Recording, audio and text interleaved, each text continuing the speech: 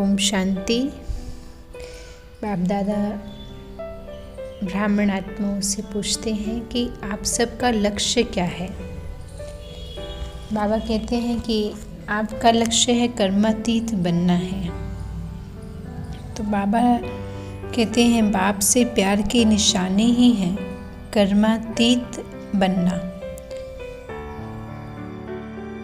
बाबा कर्मातीत अवस्था का अर्थ और परिभाषा समझाते हैं।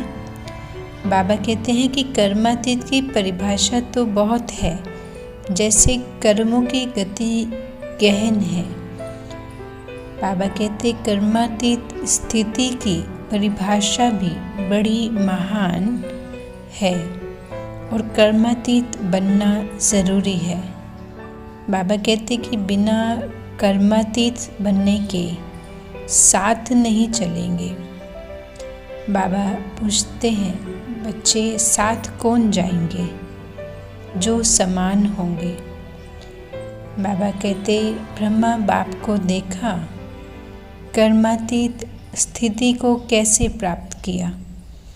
कर्मातीत बनने का फॉलो करना अर्थात साथ चलने योग्य बनना। कर्मातीत अवस्था को बाबा समझाते हुए बताते हैं अतीत अथवा न्यारापन का अनुभव करना ही कर्मातीत अवस्था है। बाबा कहते बच्चों की विशाल दिल देख, बच्चों को सदा विशाल दिल, विशाल बुद्धि, विशाल सेवा और विशाल संस्कार, ऐसे सदा विशाल भव का वरदान भी वरदाता बाप दे रहे हैं। विशाल दिल अर्थात बेहद के स्मृति स्वरूप, हर बात में बेहद अर्थात विशाल। जहाँ बेहद है तो कोई भी प्रकार की हद अपनी तरफ आकर्षित नहीं करती है। इसको ही बाप समान कर्मातीत फरिश्ता जीवन कहा जाता है। बाबा कहते हैं कर्मातीत का अर्थ ही है सर्व प्रकार के हद के स्वभाव संस्कार से अतीत अर्थात न्यारा होना, हद के बंधनों से मुक्त। बेहद है निर्बंधन, तो सदा इसी विधि से सिद्धि को प्राप्त करते रहेंगे।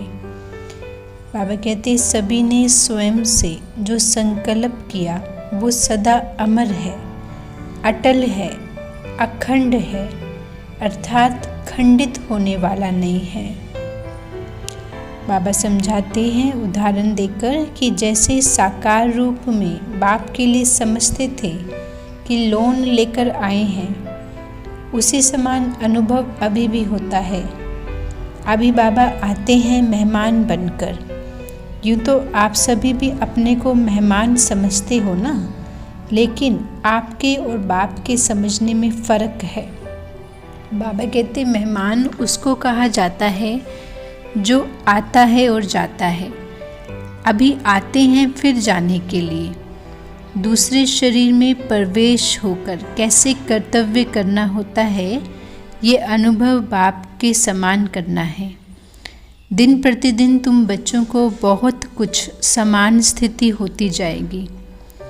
आप लोग भी ऐसे अनुभव करेंगे सचमुच जैसे कि लोन लिया हुआ रथ है।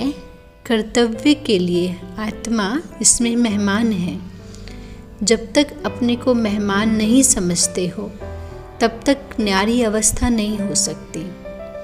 बाबा कहते जो ज़्यादा न्यारी अवस्था में रहते हैं उनकी स्थिति में विशेषता क्या होती है, उनकी बोली से, उनके चलन से ही उपराम स्थिति का औरों को भी अनुभव होगा। जितना ऊपर स्थिति जाएगी उतना उपराम होते जाएंगे।